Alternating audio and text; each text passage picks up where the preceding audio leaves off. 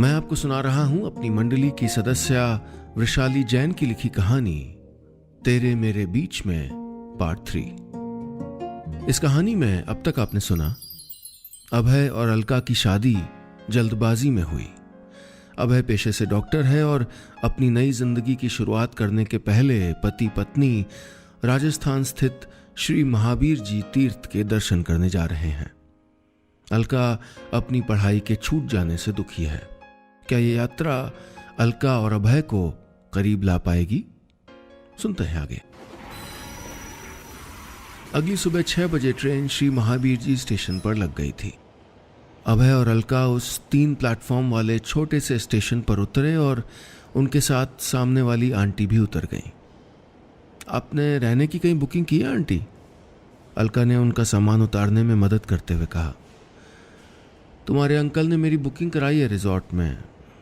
तुम लोग कहाँ ठहरे हो? अभय चिढ़ गया था। जबरदस्ती आंटी ओवर फ्रेंडली हुई जा रही थी। ऊपर से पूरी शाम वो अलका से बात करती रही थी। क्या लिखती है, क्या पढ़ती है। आंटी खुद भी प्रोफेसर थी। अभय को तब एहसास हुआ था कि 2 बुक लवर्स का अचानक मिलना कितना खतरनाक होता है। ऐसा लगा था जैसे आंटी और अलका साथ आए हों और वो कोई बाहर वाला हो। उसने सोचा था कि स्टेशन पर तो पीछा छूट जाएगा, लेकिन नहीं। अभय हम कहाँ रुक रहे हैं? अलका ने उसकी ओर देखते हुए कहा।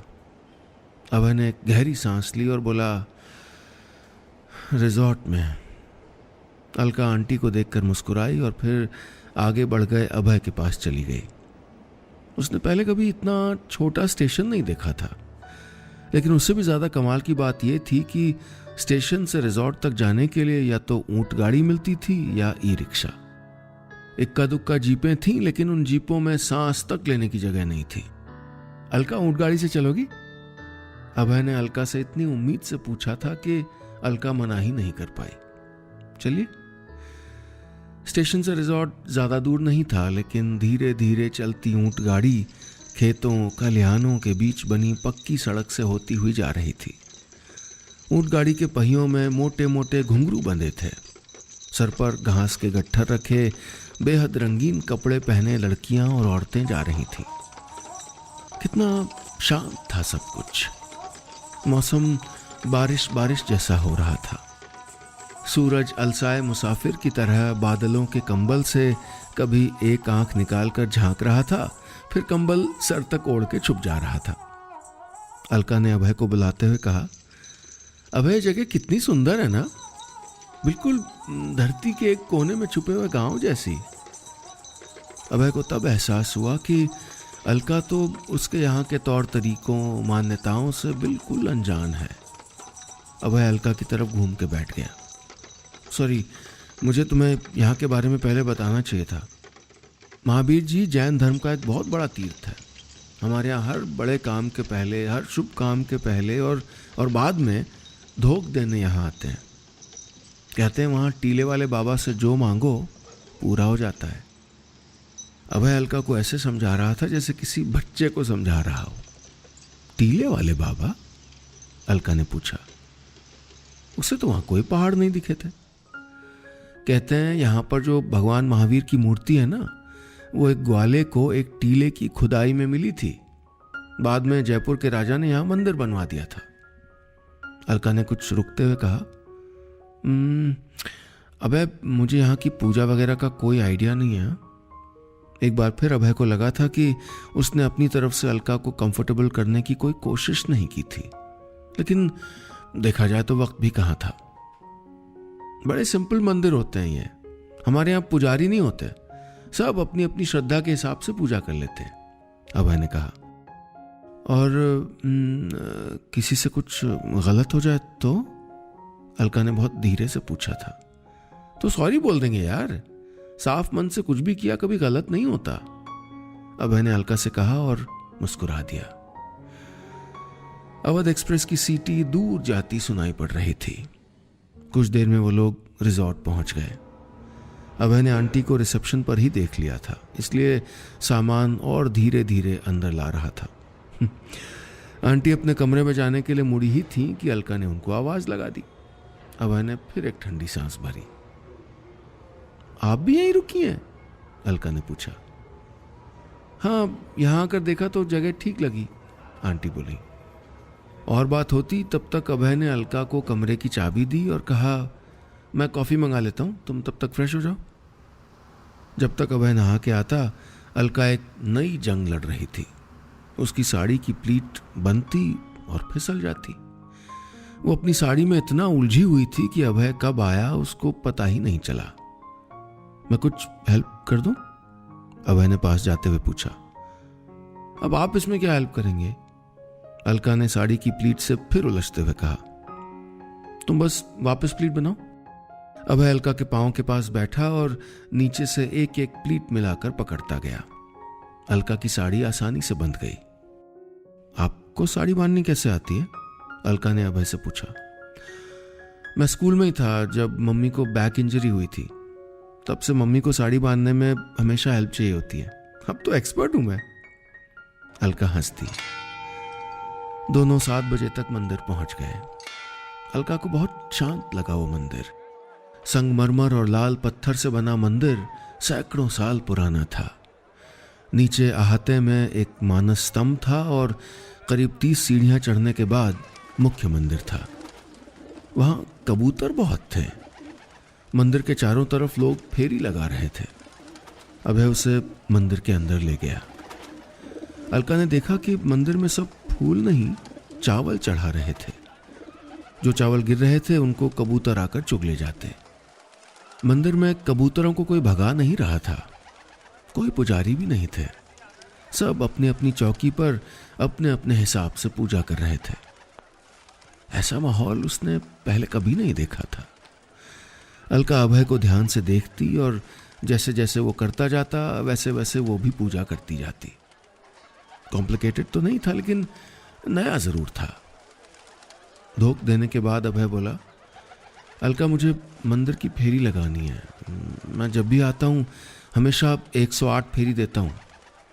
तुम चाहो तो बाहर चबूतरे पे बैठ जाओ। अलका ने पूछा, मैं नहीं दे सकती फेरी? अभय हल्का से मुस्कुराया और बोला, तुम थक जाओगी, 2 घंटे लगेंगे, कैसे करोगी? वो बोली, नहीं करूंगी तो पता कैसे चलेगा? अभय ने उसे एक जाप वाली माला दी और कहा, इस माला में भी 108 मनके होते हैं, हर एक फेरी पे एक बढ़ाती जाना। अलका ने फेरी लगानी शुरू कर दी। अब शुरू शुरू में मामला ठीक ठाक चला, लेकिन 10 फेरी होते होते अलका के पांव दुखने लगे थे।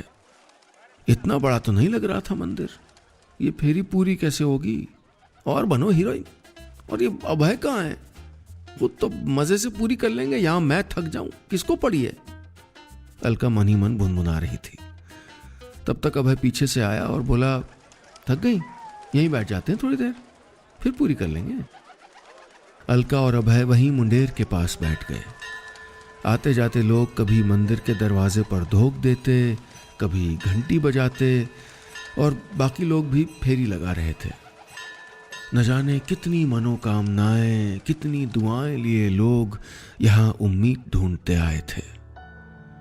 चिड़ियों का चहचहाना अच्छा लग रहा था उस वक्त। धर्मशाला के प्रांगण के बीचों बीच बने मंदिर और मंदिर से दिखता पूरा आकाश। हवा में हल्की ठंडक थी। जैसे जैसे सूरज चढ़ता जा रहा था, फेरी लगाने वाले लोग कम होते जा रहे थे। सुबह की हल्की बरसात से मंदिर भीगा हुआ था। अलका चुपचाप अपनी इस नई दुनिया को समझ रही थी। अभय ने धीरे से अलका के कंधे पर हाथ रखा और बोला, फेरी पूरी कर लें, देर हो जाएगी। दोनों ने फिर एक कोने से फेरी लगानी शुरू कर दी। मंदिर के नक्काशीदार आलों के भीतर साफ दिख रहा था। अलका कई बार रुकने के लिए अंदर झांकती, ये समझने के लिए कि वो मंदिर का कौन सा कोना होगा। कुछ देर बाद अलका के पैर में फिर दर्द होने लगा। उसकी चाल में ये साफ नजर आ रहा था। अभय ने धीरे से उसका हाथ पकड़ा और जाप वाली माला दूसरे हाथ में ले ली। अलका इस आदमी को समझ नहीं पा रही थी। इतनी नई मुलाकात में उसे सब कुछ जाना पहचाना क्यों लग रहा था। अभय ने यह जताने में भी कोई कसर नहीं छोड़ी थी कि अलका उसे पसंद थी। अलका की शादी की सारी शॉपिंग उसने दिल्ली से ही की थी। बुआ के घर हर दूसरे दिन अभय उसके लिए फूल बेचता था। यहां तक कि बुआ ने तो उसका नाम भी फूलचंद रख दिया था। रात को जो थोड़ी बहुत बात होती उसमें अभय उसे अपने परिवार के बारे में, अपने दिन के बारे में बताता। अभय को भी कहां फुर्सत थी, उसे अपने केसेस सही डॉक्टर्स को ट्रांसफर करने थे। फिर भी अभय जब कुछ नया खरीदता उसको पहनकर फोटो खींचता। अभय ने तो अपनी शेरवानी की फोटो तक भेजी थी उसको, जैसे हर चीज में उसकी ओपिनियन बहुत जरूरी हो। एक बार तो भरी दोपहर में अचानक फोन आ गया था। अलका, तुम्हें ब्लू पसंद है कि रेड? अलका ने पलट के पूछा था। अचानक क्यों? जवाब आया था, मम्मी के साथ कुकवेयर खरीद रहा हूं, थोड़ा यहीं से ले जाएंगे, अब शुरुआत में इजी रहेगा ना। तुम कलर बताओ ना, वही ले लेंगे। दूसरों को यह बात शायद बहुत मामूली लगे, लेकिन कहीं बहुत गहरे छू गया था उसे अभय का यूं छोटी छोटी बातों पर ध्यान देना। लगा था मानो जिंदगी भर के लिए एक खूबसूरत दोस्त मिल गया हो। फिर क्यों इस दोस्त ने उससे कभी नहीं पूछा कि अपनी पढ़ाई छोड़कर उसको कैसा लग रहा है? अलका अजीब उधेड़बुन में थी। जिस आदमी का हाथ पकड़कर वो इस वक्त चल रही थी, क्या वो उसको कभी इतना समझ भी पाएगा कि पूरी जिंदगी उसके साथ गुजार दी जाए? उधर अभय के मन में भी यही कश्मकश थी। जब से मुजफ्फरपुर से निकले थे बातें तो सिर्फ वही कर रहा था। कुछ तो था जो ठीक नहीं था। समझ में नहीं आ रहा था कि चूक कहां हुई है। फेरी पूरी हो गई थी। वो धोख देने के लिए झुका, लेकिन अलका खड़ी रही। अलका? अभय की आवाज से अलका का ध्यान टूटा। देखा तो वो दोनों मंदिर के द्वार के सामने खड़े थे। कहां खो गई थी? तबीयत तो ठीक है? बहुत थक गई क्या? मैंने कहा था तुम फेरी मत तो ना। अभय परेशान हो उठा। नहीं, वो आप गिन रहे थे तो मैंने ध्यान नहीं दिया, बस सॉरी। तभी वहां वो ट्रेन वाली आंटी आ गई, उनके साथ एक अंकल भी थे। अलका, इनसे मिल, ये है तेरे अंकल।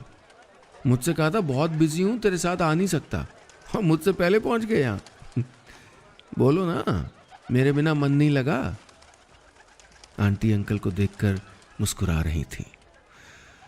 न चाहते हुए भी अभय मुस्कुरा दिया। उसके दिल में कहीं एक टीस उठी थी कि काश किसी दिन अलका भी उसे इतनी ही शिद्दत से देखे। हर बीतते लम्हे के साथ अलका उसकी दुनिया की धुरी बनती जा रही थी, और वो ये तक नहीं जानता था कि अलका उसके बारे में सोचती क्या है। नाश्ता करके जब अभय और अलका कमरे में पहुंचे तो अभय सीधे जाकर लेट गया। क्या बात है, नाश्ते में भी चुप चुप थे? कॉफी मंगा दूं क्या? अलका अभय के सिरहाने बैठते हुए बोली। अभय बेडरेस्ट के सहारे बैठते हुए बोला, अलका, तुम खुश हो ना इस शादी में? यह कैसा सवाल है? अलका का मन अचानक घबराहट से भर गया। हम जब से मुजफ्फरपुर से निकले तुम बहुत शांत हो। मंदिर में तुम्हारा ऑकवर्ड फील करना नेचुरल था, लेकिन तुम्हारी चुप्पी अब मुझे परेशान कर रही है। अगर ये रिश्ता तुम्हारे मन का नहीं हुआ है तो। अभय बेड से अचानक उठ गया।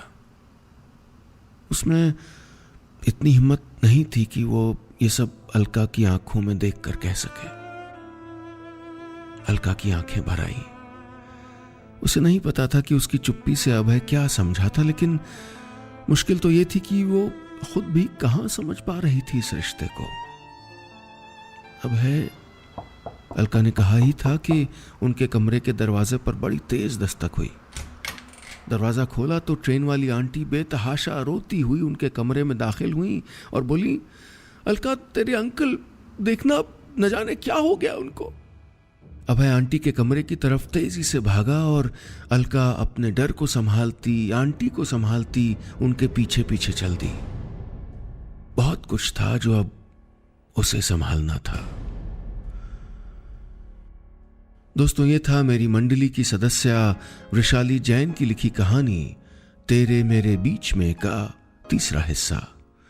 उम्मीद है ये कहानी आपको पसंद आ रही होगी। अंकल की बिगड़ी तबीयत और अपने लड़खड़ाते रिश्ते को कैसे संभालेंगे अलका और अभय, जानने के लिए सुनिएगा इस कहानी का चौथा और आखिरी हिस्सा, तेरे मेरे बीच में, पार्ट 4।